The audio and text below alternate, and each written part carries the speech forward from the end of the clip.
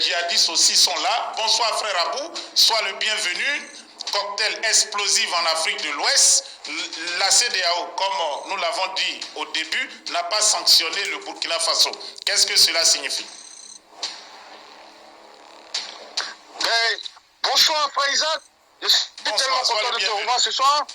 Oui, d'abord, avant tout propos, l'alphabet qui vient de passer, que vous avez fait passer, c'est un grotesque mensonge qu'il est en train de raconter comme son papa Alassane Dramane Ouattara. C'est un menteur.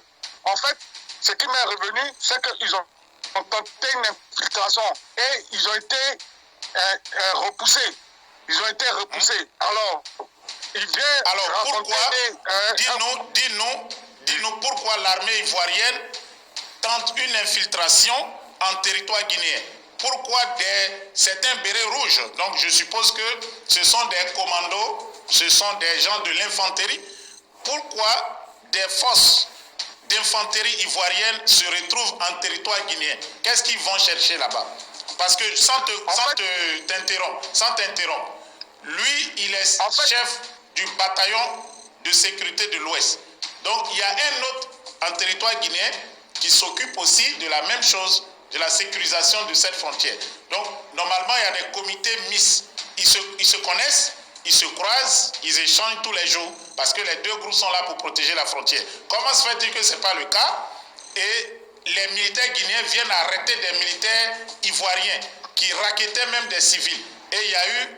Bon, explique-nous réellement aussi ce qui s'est passé, parce que lui donne une autre version. Voilà. La vraie version est que ce sont les forces spéciales qui se sont habillées dans les tenues des militaires mixtes qui étaient auparavant là-bas. Donc, c'est des nouvelles forces que les Guinéens n'ont jamais croisées. Vous comprenez? Et ils étaient là pour, justement, une mission secrète. Ils voulaient rentrer, pénétrer. Ils se sont habillés comme les militaires d'habitude qui font les patrouilles, mais eux, ils étaient venus pour l'infiltration. Alors, les Guinéens ont su qu'il y avait une manigance, parce que ce n'est pas les mêmes militaires d'avant, et on ne nous a pas prévenu qu'il allait avoir un nouveau contingent, et ceux-là, ils se comportent comme d'une manière qu'on n'a jamais vue. Alors donc, les échauffourées ont commencé. Vous comprenez? Donc, ce qu'il est en train de raconter, c'est un grotesque mensonge. Ils ont voulu manigancer pour tester les Guinéens. Ils ont vu que les Guinéens ne sont pas là pour blaguer. Et ça, il y aura des répercussions.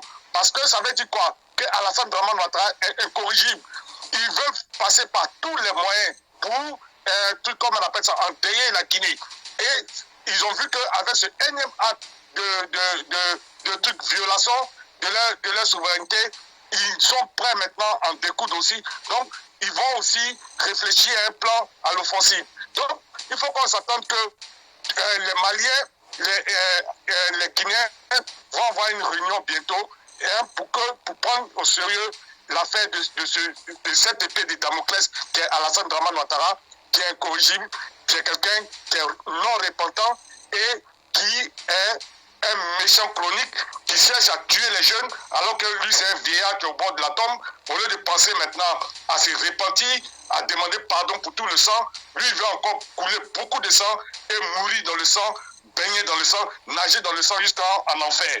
Mais ça ne va pas se passer comme ça. Parce que les jeunes savent que c'est au moment de la jeunesse de vivre. Donc ils vont se battre.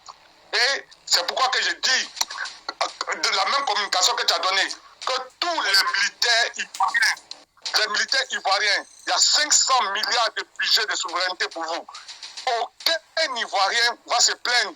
Celui qui remplace Alassane, qu'il soit un bidas, ça lui revient de facto. Ça lui revient de facto. C'est pour lui cadeau. Et aucun député, aucun Ivoirien, même l'Ivoirien qui se plaint là, nous tous, la population, va se mettre pour l'égorger. Parce qu'Alassane a mangé ce budget de souveraineté-là. 500 milliards par année pendant 11 ans maintenant. Et personne ne s'est plaint. Au contraire, il ne fait pas les calculs, mais il gratte encore si tous les prêts qu'il s'en va prendre au nom des Ivoiriens ailleurs, il se servait dedans encore. 500 milliards là, c'était comme son argent, son compte d'épargne. Donc, nous disons que cet argent compte d'épargne là, 500 milliards là, non seulement tout ce qu'Alassane a volé là, c'est pour le militaire qui va prendre le pouvoir, mais tous les 500 milliards à venir là, c'est encore pour le militaire. Donc, c'est pour dire que... Je voulais te poser une question. une question très rapide. Vous avez parlé de tentative d'incursion en territoire guinéen. Est-ce que M. Ouattara veut tenter une opération pour renverser Doumbouya, le colonel Doumbouya, renverser le pouvoir en Guinée? Il s'attaque, par exemple, il s'attaque au Mali. Il veut le départ de la junte malienne. On sait que Doumbouya et puis le Mali sont très très unis. Et la Guinée a refusé de fermer sa frontière lorsqu'il y a eu les sanctions de la CEDEAO. Alors le MUS est lézardé pour la première fois. On voit d'ailleurs que la CEDEAO fait un pas en arrière. Il demande un nouveau calendrier pour les élections. Est-ce que Dramane Ouattara ne tente pas d'asphyxier toujours le Mali en tentant quelque chose, un coup d'État en Guinée, et puis changer le gouvernement là-bas? Au moins changer la tête de la transition qui va fermer la frontière. On étouffe le Mali pour que la jeune s'en va, pour que Wagner s'en va, pour que la Russie aussi quitte la région. Est-ce que ce n'est pas une autre possibilité? Bien sûr, frère Isaac, Alassane Dramane Ouattara est dans la même psychologie que les dirigeants français. C'est-à-dire quoi? Lui, on ne doit pas se confronter à lui. On ne doit pas lui tenir tête. Il veut punir, il veut montrer, il veut marquer le point. Il veut tout comme on appelle ça même, donner des mesures exemplaires pour faire passer un message, le corriger. Il se prend pour le parrain que personne ne doit défier. Lui, quand c'est un extrémiste, il veut aller jusqu'au bout pour leur faire comprendre que lui, Alassane Dramane Ouattara, c'est lui qui parle. Quand lui il a parlé, personne n'a parlé, que c'est des enfants. Il veut leur montrer, comme on dit en Côte d'Ivoire, qui a mis l'eau dans le coco. Donc il veut les punir par tous les moyens. Il s'est dit que tous ces enfants-là n'ont rien compris, que c'est lui qui a tout compris, que lui, c'est le bâton, puisqu'il a donné la carotte, ils ont refusé, il va faire servir le bâton pour qu'ils sachent qu'il a l'autorité suprême. Donc il passe par tous les moyens et il n'est pas prêt à laisser. Parce que pour lui, c'est un affront. C'est comme les mafieux. Pour pouvoir mettre leur pouvoir en place, il faudrait qu'ils sévissent de façon exemplaire. Soit le parrain vient, il tire une balle dans la tête du récalcitrant devant tous les autres, comment on appelle ça, tous les autres adeptes, tous les autres compagnons, pour leur montrer que si quelqu'un me désobéit, voilà une balle dans sa tête et c'est moi-même qui vais tirer dans sa tête. Donc, gare à vous, gare à vous, gare à vous. Donc c'est la même chose qu'il veut faire. Il se dit que, attends, si je fais ça à la Guinée, les Maliens vont avoir peur, ils vont savoir qu'ils seront les prochains. Donc, il essaie par tous les moyens, mais il a échoué parce qu'il n'a pas cette lecture du temps qui est arrivé. J'ai dit que son temps est fini. Quand son temps est fini, c'est ce qu'on dit en spiritualité. Dieu rend fou les leaders quand il veut se débarrasser d'eux. Alassane est dans la démence totale. C'est la folie.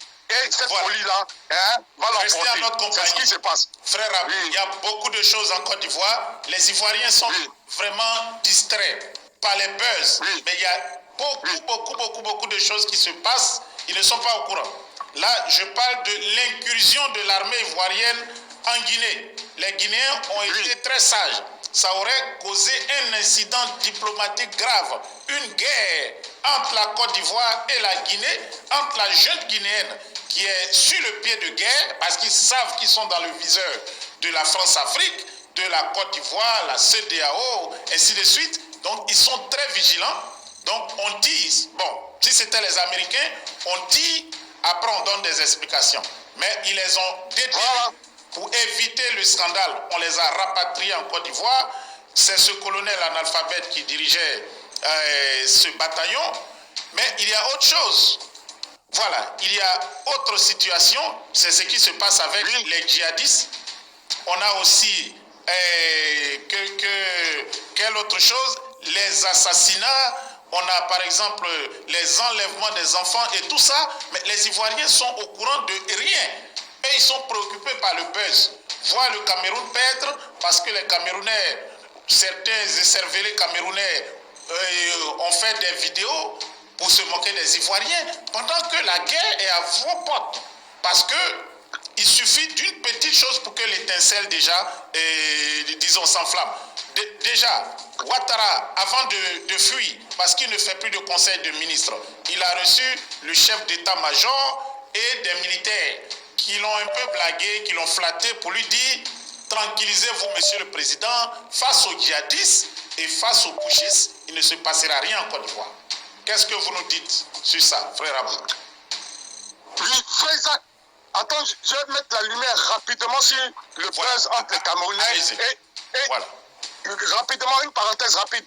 En fait, ce qui se passe, c'est que les Alassanis, les Ado-Moutons. Voilà, Makosso qui a commencé Ado-Moutons. Oui, ça a commencé, c'est là. Pourquoi il a commencé, c'est là? C'est à cause de Afrique Média. Ils disent que Afrique Média, eux pensent que c'est un média camerounais qui insulte Alassane Draman Ouattara tous les jours. Alors, eux, ils ont profité de cette occasion-là pour narguer les Camerounais. C'est les Alassanistes qui, eux, ont gardé un hymne contre les Camerounais. Donc, ils ont profité du football pour dire que les Camerounais ont triché contre la Guinée équatoriale, alors que c'est la FIFA qui fait les tests de trucs, comme on appelle ça même. C'est la FIFA de Covid. De Corona. Donc, les Camerounais n'ont rien à voir avec ça. C'est la FIFA, alors que la FIFA, elle, c'est un truc international. Donc, la FIFA est souveraine. C'est elle qui a fait les tests, c'est elle qui a dit que les joueurs sont malades. Mais les Makosso, parce qu'ils pensent que Afrique Média, c'est camerounais, alors qu'Afrique Média, c'est équato-guinéen. C'est une chaîne équato-guinéenne, mais qui est émergée sur le territoire camerounais. Donc, comme à longueur de journée, Afrique Média parle mal d'Alassane Draman Ouattara, eux, ils ont trouvé bon, opportun, à ce niveau-là, plus ils avaient cette rancœur, cette guéguerre contre le Cameroun, à travers Afrique Média, ils ont profité pour politiser le débat du football, pour dire que, pour se moquer des Camerounais. Les Camerounais aussi, eux, ils n'ont rien à voir avec Afrique Média, ils ont mal compris, ils ont répondu en tant qu'un peuple qui a été attaqué. Donc c'est nous, on a commencé premier. C'est nous, à travers les Makosso, plus on est ivoiriens. Donc Makosso est ivoirien, c'est eux qui ont commencé. Sinon, c'est les Alassanistes. Le fameux Makosso a mis des milliers d'Ivoiriens en danger au Cameroun. Parce que on aurait pu s'en prendre à ces Ivoiriens. Voilà, quand il a fini de mettre les Ivoiriens en danger, lui, en tant que pôle opportuniste, puisqu'il sait que Samuel Eto'o est milliardaire et il est président maintenant, il allait se faire, comment on appelle ça, ami avec Samuel Eto'o, parce qu'il y a un blogueur là-bas qui est ami à Samuel Eto'o, un blogueur très célèbre au Cameroun, le même jour, pour dire que eux deux, Makosso et ce blogueur-là, ils vont, comme on appelle ça même, faire la réconciliation des Ivoiriens. Donc, Makosso, le lendemain, il a voyagé, il est allé au Cameroun, et du coup, il a pu rencontrer Samuel Eto'o. Donc, maintenant, tout à l'heure, il sera dans les bonnes grâces de Paul Biya. Donc, c'est comme ça qu'il voit. Après, il va aller faire sa mamaille pour dire qu'on doit organiser un conseil de la paix, que Paul Biya donne les milliards. Et comme Paul Biya, il est un peu dans le même caractère qu'Ofo Boigny, il veut partir dans la paix, il ne veut pas que son pays brûle, parce qu'il sait que si on fait une guerre maintenant, alors qu'il lui reste 5 ans seulement à vivre, si ils font une guerre, ce sera un grand gâchis. Donc, lui, comme Oufou aussi n'avait pas vendu le pétrole, Paul Biya n'a pas vendu le pétrole du Cameroun, donc les ressources sont encore fraîches là-bas, il ne veut pas de la guerre avant de partir, comme Oufou Boigny est parti en 93. Donc, il est dans cette démarche-là. Maintenant, les Makosso veulent profiter pour manger sur Paul Biya encore. C'est pourquoi il est là-bas au Cameroun aujourd'hui. Et vous allez voir. Merci beaucoup, frère. Voilà. Donc, allez-y. Je ferme cette parenthèse-là. Maintenant, pour revenir sur ce qui se passe là-bas, les enlèvements et tous ces sacrifices qu'ils sont en train de faire, et que les Ivoiriens sont en train de se distraire dans les buzz. Mais justement, c'est tous ceux qui sont des dozos comme celui qui vient de parler. C'est des gens qui étaient habitués aux crimes rituels. Vous voyez, donc, quand ils sont tellement habitués au mysticisme, donc quand ils voient, ils lisent le temps, ils lisent l'air du moment, avec tous les remous qui se passent.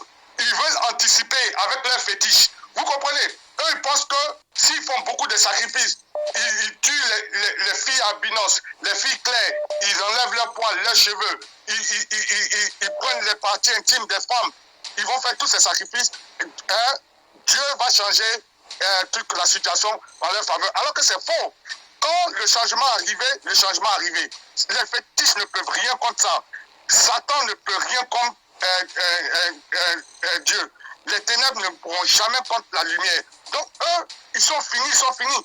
Donc les Ivoiriens doivent se concentrer, ils doivent oublier leur buzz là et se concentrer sur le fait que actuellement on est en train de chercher à regagner notre souveraineté et que le militaire qui va venir au pouvoir aura 500 milliards de trucs, comme on appelle ça même, de budget de souveraineté, fonds de souveraineté, dans son argent de poche. Donc il y a beaucoup à gagner.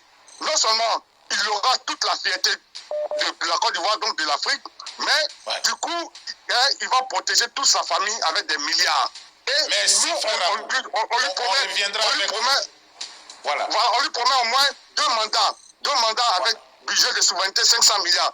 Donc, il y a beaucoup. Merci. Voilà, on va continuer, on reviendra avec le frère Abou. Nous faisons l'analyse de la situation en Côte d'Ivoire.